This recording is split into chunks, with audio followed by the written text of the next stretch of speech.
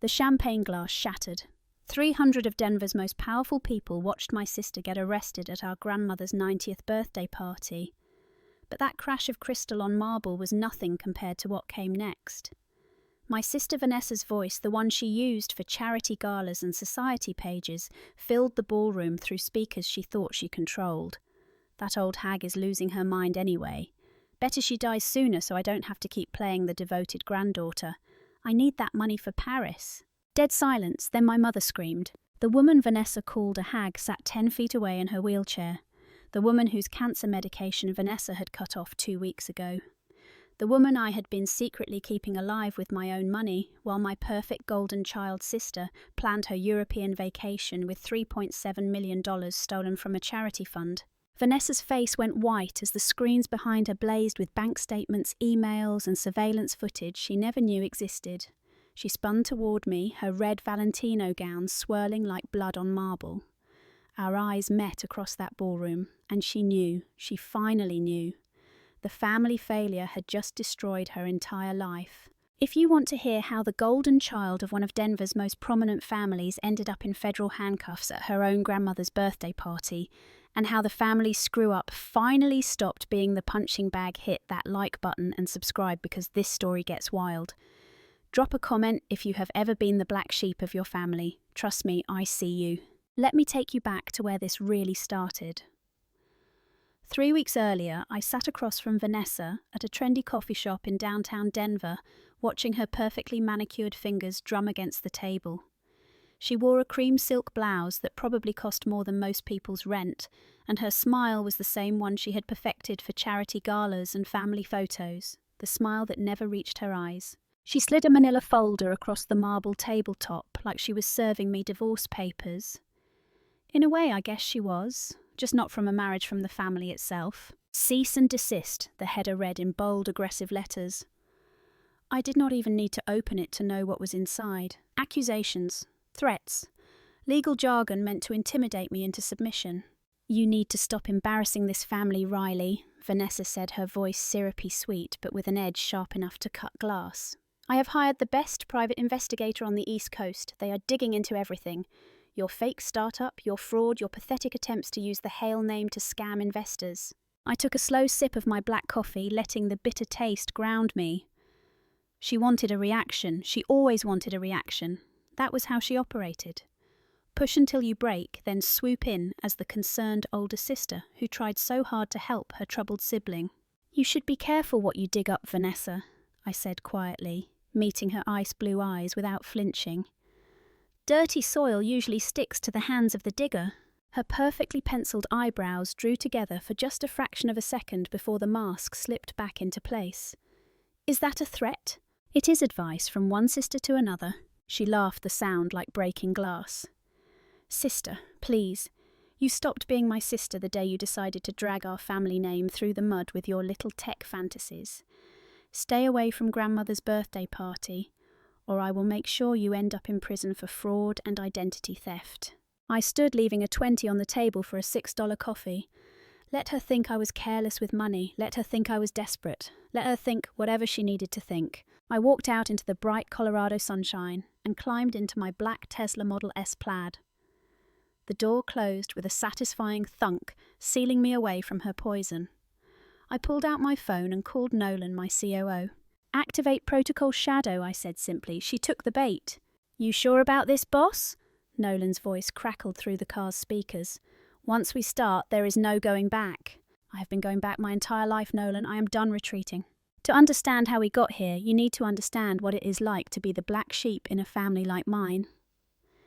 The Hales were Denver royalty. Old money that had survived railroad fortunes, oil booms, and tech bubbles. My father, Richard Hale, sat on the boards of 3 major corporations. My mother, Catherine, was the chair of the Denver Symphony Foundation and half a dozen other charitable organizations. And Vanessa, the golden child, was their masterpiece. Perfect grades at Princeton, a job at Goldman Sachs by 23, married to a surgical resident from a good family by 26. And then there was me, Riley Hale, the disappointment. the one who dropped out of MIT after 2 years because I did not want to waste time learning outdated programming languages when I could be building something real. The one who embarrassed the family by working as a bartender while coding in a cramped studio apartment. The one who showed up to family dinners in jeans and hoodies while Vanessa wore Chanel. My parents never hit me. They never had to. They had something much more effective. Silence, disappointment, the subtle art of making you feel like you were tolerated rather than loved. I remember one particular Thanksgiving when I was 24. I had just closed my first seed round for my startup, a biometric security platform that would eventually revolutionize data encryption. I was so proud. I thought maybe finally I had done something that would make them see me differently. I brought it up over turkey and stuffing. "So I have some exciting news," I said, trying to keep my voice steady. "We just secured $2.5 million in seed funding for my company." My father barely looked up from carving the turkey. "That is nice, dear." Vanessa, who had just been made vice president at her firm at 27, smiled her pageant smile. "Seed funding. That is adorable. It is like when kids get participation trophies. Good for you for trying." My mother patted my hand. "We are glad you are keeping yourself busy, sweetheart. But maybe you should think about using that funding to go back to school, finish your degree. Vanessa could probably get you an interview at her firm for an entry-level position." An entry-level position. After I had just raised $2.5 million. I nodded, swallowed my pride along with my cranberry sauce, and changed the subject. That was what I did. I swallowed it. All of it. Every dismissal, every comparison, every time they introduced Vanessa as their daughter and me as their other daughter. But here is what they did not know, what none of them knew, including Vanessa with her fancy investigator. That little startup they mocked, it had grown. I had pivoted from biometric security to AI-driven cybersecurity, something the market desperately needed. I had brought on Nolan Chen, a brilliant operations mind from Stanford who believed in the vision. We had kept everything under NDAs, operating through shell corporations and anonymous partnerships. That $2.5 million seed round had turned into a $20 million Series A, then a $75 million Series B. By the time Vanessa slid that cease and desist across the coffee table, my company, operating under the name Titan Security Solutions, was valued at $800 million and providing cybersecurity for 15 Fortune 500 companies. I personally was worth about $300 million on paper, more than my parents and Vanessa combined. But I let them think I was failing. Why? Because the moment they knew I had money, they would swarm like sharks smelling blood. They would want investment opportunities, board positions, for my father, PR consulting roles, for my mother, executive positions for Vanessa. They would take what I built and slap the Hale name all over it, claim credit, and probably run it into the ground with their incompetence and corruption. So I stayed quiet. I drove a nice but not ostentatious car. I lived in a modern loft that was expensive but not showy. I dressed down. I played the role they had written for me, until Vanessa threatened to destroy me. The day after our coffee shop confrontation, my parents called. I knew they would. Vanessa always ran to them first. "Riley Margaret Hale." My mother's voice was sharp enough to cut through the phone line. "What is this nonsense Vanessa is telling us about you running some kind of scam?" I was in my office, surrounded by 6 monitors displaying real-time security feeds, stock tickers, and encrypted communications. Through the floor-to-ceiling windows, I could see downtown Denver sprawling beneath me. "Hello, Mother. How are you? Do not get cute with me. Your sister says you are using the family name to defraud investors. Is this true?" "Of course not." "Well, she has hired an investigator. If you have nothing to hide, you will cooperate fully. And Riley, you will apologise to your sister, and you will not attend your grandmother's party. We cannot have this drama." Something in me cracked. Not broke, just cracked. Like the first fracture in ice before it shatters completely. "I have nothing to apologise for. You have been nothing but an embarrassment to this family for years. The least you can do is not cause problems at a family event. Vanessa works very hard to maintain our family's reputation." "And what exactly do I do, Mother?" Silence, long and heavy. "That is not the point, Riley. The point is Vanessa is successful and you are not, and she does not need you dragging her down." I hung up. My hand was shaking. I had never hung up on my mother before. Never. Nolan knocked on my office door and entered without waiting for an answer. He knew me too well. I take it that went well. She wants me to apologise and not come to the party. Are you going to? I turned to face him. Nolan was 32, sharp as a blade and loyal to a fault. He was also one of the few people who knew the whole truth about who I really was. Not only am I going, I am bringing a +1. Get me a meeting with Agent Sarah Matthews from the FBI's Financial Crimes Division. His eyes widened.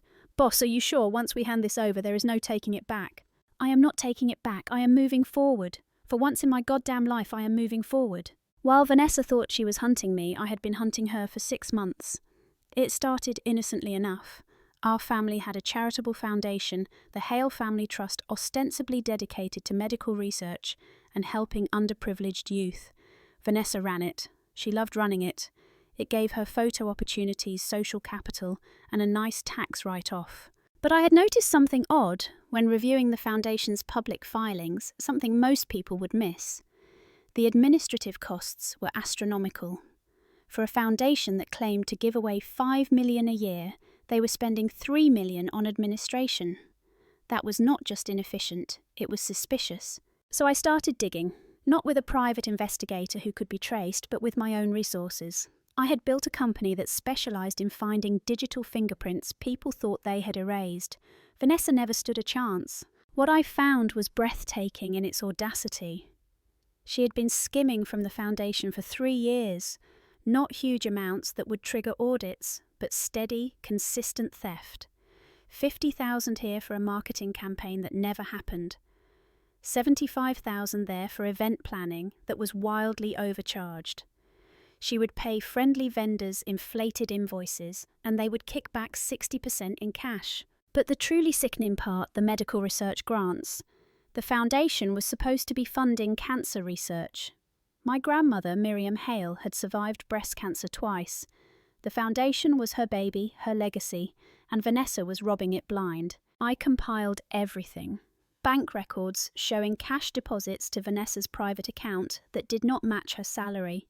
Emails between her and vendors discussing the kickback arrangements. Text messages where she joked about the stupid donors who thought their money was curing cancer. And then I found the insurance fraud. Vanessa had a life insurance policy on our grandmother, a big one, $5 million, with Vanessa as the beneficiary. My grandmother had signed it years ago when Vanessa convinced her it was for estate planning purposes. But I found emails showing Vanessa had shopped for the policy, specifically looking for one that would pay out quickly upon death. My grandmother was 90. She had cancer that was in remission, but required expensive maintenance medication. And 2 weeks before, Vanessa threatened me with her cease and desist that medication had mysteriously been cut off due to a banking error. Except it was not an error. It was Vanessa manipulating the foundation's payments to the pharmacy, hoping to accelerate the inevitable. I sat in my apartment that night, staring at the evidence on my screen, and felt something I had not felt in years. Pure incandescent rage. Not at being belittled or dismissed or treated like the family failure. At this. At the fact that Vanessa was willing to let our grandmother suffer and die for $5 million and a trust fund distribution she did not even need. That was when I made the decision. I was not going to just defend myself, I was going to burn her entire kingdom to the ground. But I needed more. I needed irrefutable proof, which is where Mr. Wolfe came in. Vanessa's private investigator was exactly the kind of guy you would expect. Expensive suit, slicked back hair, the kind of confidence that comes from breaking into people's lives for money. She had hired him to find evidence of my fraud, which of course did not exist, but she made sure to give him access to family financial records to cross-reference everything. What Vanessa did not know was that I had been monitoring her communications. Not hacking exactly. Let us call it strategic observation of poorly secured email accounts. I knew she had hired Wolfe. I knew what she told him to find. And I knew he would eventually want to search my apartment for physical evidence. So I let him in, not literally of course, I was not home. But I made sure my security system would alert me when someone entered, and I made sure there was something very interesting for him to find. I was at a coffee shop 3 blocks away when my phone pinged. Someone had entered my loft. I pulled up the security feeds and watched Wolfe move through my space with professional efficiency. He photographed documents I had left out, specifically fake documents showing my supposed fraudulent startup. Documents that would look damning to an amateur, but would fall apart under any real scrutiny. And then he found the server room. I had converted my second bedroom into what looked like a high-tech command center. Because it was. Servers humming with encrypted data, multiple monitors, the works. Any investigator would think they hit the jackpot. Wolf spent 20 minutes photographing everything. Then he made his mistake. He tried to access one of the unlocked terminals. The screen lit up, and instead of showing him my supposed fraud, it showed him something else entirely. A file directory labelled Hale Family Foundation Financial Irregularities. Another labelled Vanessa Hale Bank Records Cross-Reference Video Files, Audio Files, Email Chains. I watched through my phone as Wolf's face went from triumphant to confused to horrified. He was not stupid. He knew what he was looking at. Evidence of real crimes, serious crimes, and they were committed by the woman who hired him. That is when I came home. I timed it perfectly. I walked in just as he was trying to decide what to do, his phone in his hand, probably debating whether to call Vanessa or run. "Mr. Wolf," I said calmly, setting my bag down by the door, "find what you were looking for." He spun around and for a moment I saw real fear in his eyes. "Good. Miss Hale, I can explain. You broke into my home. That is a felony." I walked over to the main monitor and tapped a few keys. The screens lit up with even more evidence. Complete timelines, financial trails, everything. "But I am not going to call the police, because you and I are going to have a conversation. I was hired to investigate you for fraud," he said, trying to recover his professional demeanour. "And instead, you found evidence that the woman who hired you has been embezzling from a charity, committing insurance fraud and possibly attempting to hasten the death of a 90-year-old cancer patient. So here is your situation, Mr. Wolf. You can call Vanessa, tell her some lie about finding evidence of my crimes, take your fee, and hope the FBI does not come knocking when this all unravels, or you can do the right thing." "The right thing," he repeated slowly. "You become a cooperating witness. You document what Vanessa hired you to do, how she gave you illegal access to family financial systems, what she told you to find. You take all of this evidence I am going to give you, and you walk it right into the FBI. They will protect you, and you will help put away someone who deserves to be in prison. And if I refuse," I smiled, but there was no warmth in it, "then I release everything I have on you, Mr. Wolf. Every corner you have cut, every law you have bent, every client, confidentiality you have violated. I have been watching you for 2 weeks. I know about the divorce case where you planted evidence, the insurance fraud you helped cover up for that developer in Boulder. Should I continue?" He went pale. "You cannot prove any of that. Want to bet your license on it, your freedom." I let the silence stretch. "Or you could be a hero. Whistleblower. The PI who uncovered a massive charity fraud scheme. That is a good look, good publicity, probably some reward money too." He stared at me for a long moment and I could see him calculating. Finally he nodded. "What do you need me to do?" 3 days later, I sat in a conference room at the FBI field office with Agent Sarah Matthews Nolan, Mr. Wolf, and 3 assistant US attorneys. I walked them through everything. The foundation fraud, the insurance policy, the suspicious timing of my grandmother's medication being cut off. Wolf corroborated how Vanessa had hired him to fabricate evidence against me to discredit me before I could expose her. Agent Matthews was a woman in her mid-40s with sharp eyes and a no-nonsense attitude. She listened to everything, reviewed every document, and then looked at me. "Miss Hale, why did you not come forward sooner?" "Because she is my sister," I said simply, "and because I hoped I was wrong. I hoped there was some explanation. But then she threatened me, and I realised she would destroy me to protect herself. And when I found evidence she was manipulating my grandmother's medical care, I knew I had to act. This is substantial. We will need time to verify everything, but if this is accurate, we are looking at multiple federal charges. Mail fraud, wire fraud, tax evasion, possibly even attempted murder, depending on what we can prove about your grandmother's medication. How long until you can move? Given the timeline you have provided with the birthday party in 2 weeks, we can have warrants ready. We will want to make the arrest somewhere public, somewhere she cannot claim ignorance or play victim, a room full of witnesses. I met her eyes. I can arrange that. The next week was a special kind of hell. Vanessa, emboldened by her belief that she had me cornered, went on the offensive. A story appeared in a local gossip column about unnamed sources claiming a member of a prominent Denver family was under investigation for fraud. My parents called daily demanding I stay away from the party.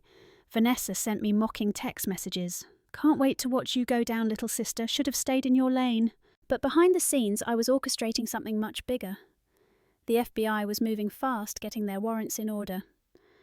Wolf was cooperating fully, having apparently decided that being on the right side of this was better for his conscience and his business.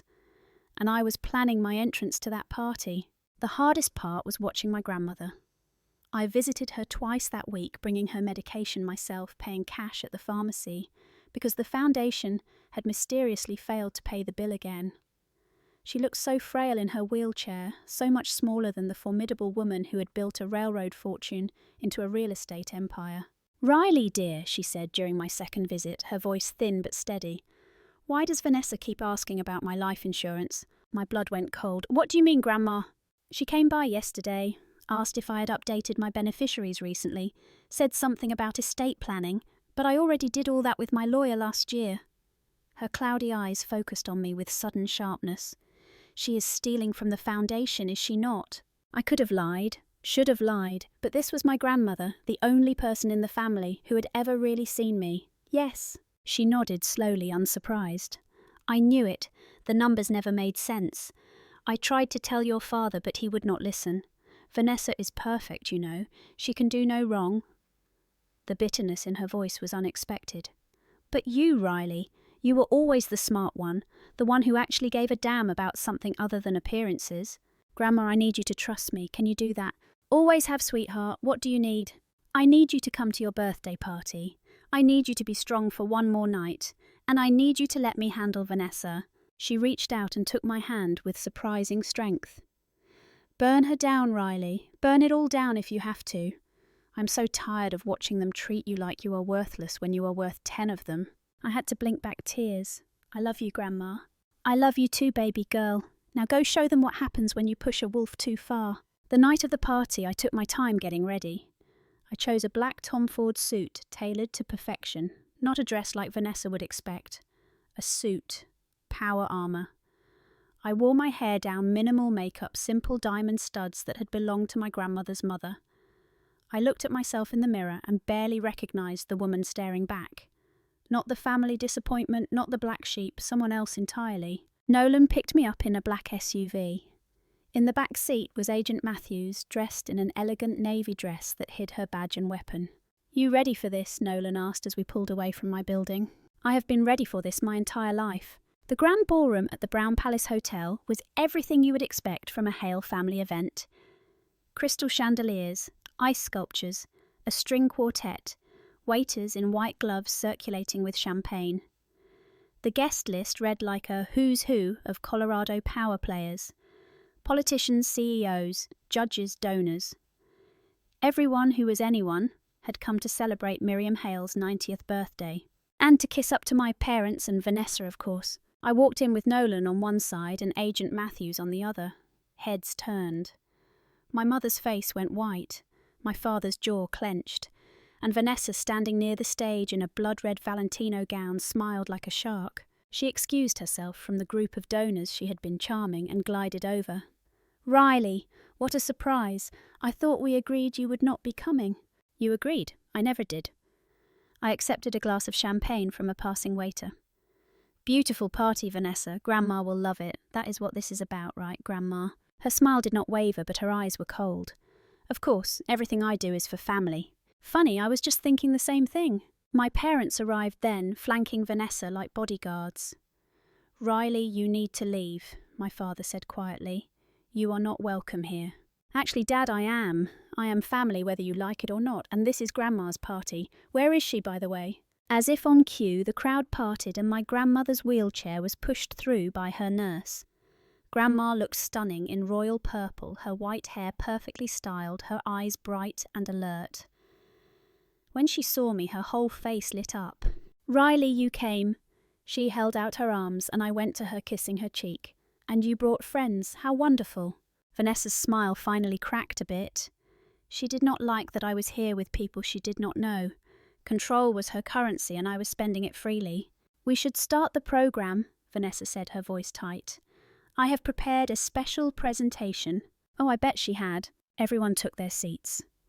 I made sure Grandma's wheelchair was positioned at the centre table with the best view of the stage. I sat beside her with Nolan and Agent Matthews flanking us. My parents sat at Vanessa's side, shooting me looks that could kill. Vanessa took the stage, and the crowd fell into respectful silence. She was good at this, I had to give her that. She had the poise, the presence, the practiced sincerity. "Good evening, everyone. Thank you so much for coming to celebrate this momentous occasion. 90 years of an extraordinary life. My grandmother has been an inspiration to our family, a pillar of this community, and a shining example of grace, strength, and generosity." Polite applause. Vanessa smiled, soaking it in. "The Hale Family Foundation has carried on her legacy of giving. Over the past 5 years, under my leadership, we have donated over $25 million to crucial causes. Cancer research, education, community development." More applause. I saw donors nodding appreciatively. They had no idea where their money actually went. "But tonight I must address a painful family matter publicly." Her voice took on a sorrowful tone. I felt my pulse quicken. "Here it comes. As many of you know, family is complicated, and sometimes people we love make choices that force us to take difficult stands." She looked directly at me. Every eye in the room followed her gaze. "My younger sister Riley has been running what can only be described as a fraudulent business operation using the Hale name to scam investors.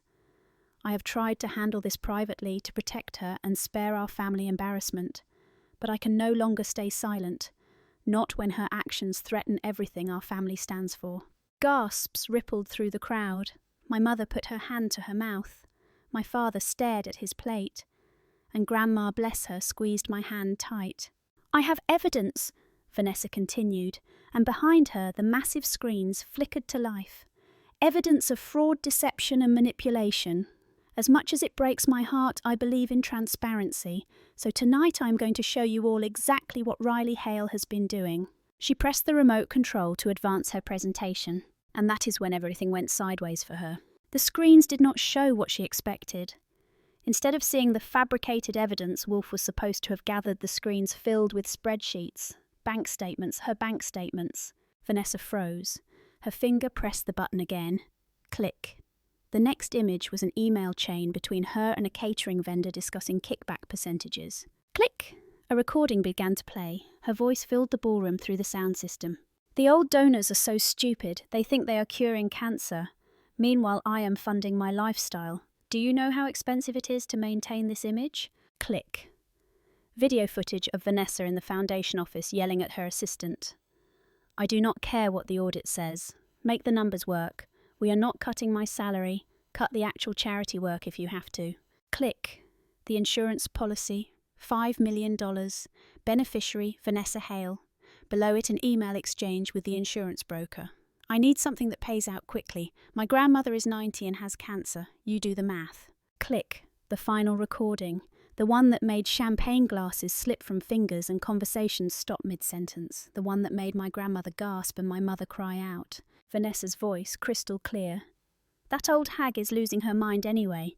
Better she dies sooner, so I do not have to keep playing the devoted granddaughter. I need that money for Paris." The silence was absolute. You could have heard a pin drop in that ballroom. 300 people frozen, staring at the screens and at Vanessa, whose face had gone from confident to confused to absolutely horrified. "Turn it off," she screamed at the tech booth. "This is fake. Someone hacked the system. Riley, you bitch, what did you do?" But I was not done. Click. Financial records showing the foundation's real spending. Click. Pharmacy records showing the cancelled payments for Grandma's medication with Vanessa's approval signature. Click. Text messages between Vanessa and her husband discussing how to spend her inheritance. She ran toward the tech booth, her red dress billowing behind her like a pool of blood. "Shut it down! This is a lie! She is trying to destroy me!" I stood up slowly. Agent Matthews stood with me. Nolan pressed a button on his phone and the screens went dark. You are right about one thing, Vanessa, I said, my voice carrying in the silent ballroom. Family is complicated, and sometimes people you love force you to take a stand. She whirled on me, her face twisted with rage. You did this. You hacked my accounts. You fabricated all of this. Actually, I just documented what you were already doing. The FBI verified every piece of evidence. Would you like to confirm that Agent Matthews... The room erupted in whispers as Agent Matthews stepped forward, pulling out her badge. Vanessa Hale. I am Special Agent Sarah Matthews with the Federal Bureau of Investigation. You are under arrest for wire fraud, mail fraud, embezzlement, tax evasion, and conspiracy to commit insurance fraud. Vanessa looked around wildly like a trapped animal. This is ridiculous. My father is on the board of 3 corporations. My husband is a surgeon. You cannot arrest me in front of all these people. Actually, we can, Agent Matthews said calmly. And we prefer it this way. Makes it harder for evidence to disappear. Hands behind your back, please. Daddy, do something, Vanessa shrieked as the handcuffs clicked into place. Do not just sit there. Call our lawyer. Call someone. My father stood, his face ashen. Sarah, Agent Matthews, surely this can be handled more discreetly.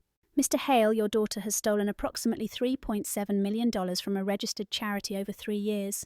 She has committed federal crimes. There is nothing discreet about that. As they led Vanessa toward the exit, she fought against the agents, her voice rising to a scream. This is all Riley's fault. She is the criminal. She is the one running scams. I was trying to stop her. I stepped into her path. She stopped struggling, her eyes meeting mine. And for the first time in our lives, I saw real fear there. Not of the FBI or prison, but of me. Of the fact that I had won. You should have left me alone, Vanessa, I said quietly, so only she could hear. You should have let me be the family failure. I was happy in that role. But you had to push. You had to threaten me. And worst of all, you tried to hurt Grandma. That was your mistake.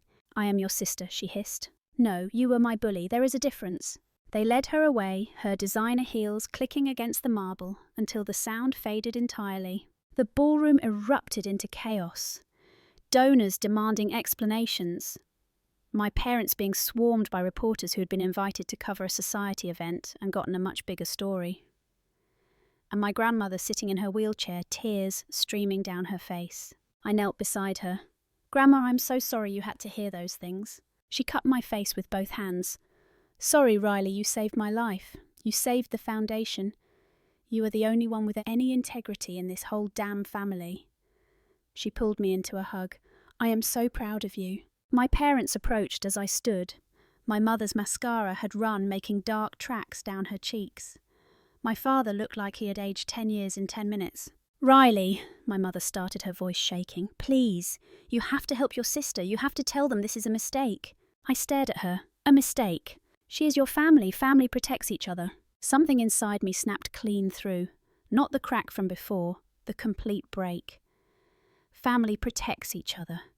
Where was that when you told me not to come to Grandma's party? Where was that every time you told me I was an embarrassment? Where was that when you introduced Vanessa as your daughter and me as your other daughter? My father reached out. Riley, you do not understand the position this puts us in. No, Dad. You do not understand the position this puts you in, because I am not the failure you thought I was. That company Vanessa accused me of running, it is real. It is worth $800 million. I am personally worth more than you, Mom and Vanessa combined. I did not need the Hale name. I did not need your approval. I built something real while Vanessa was stealing from cancer patients. My mother's mouth opened and closed like a fish. 800 million. So here is what is going to happen. I am taking over the foundation. The real foundation, not Vanessa's piggy bank. Grandma is putting me in charge. And you two are going to step away from it completely.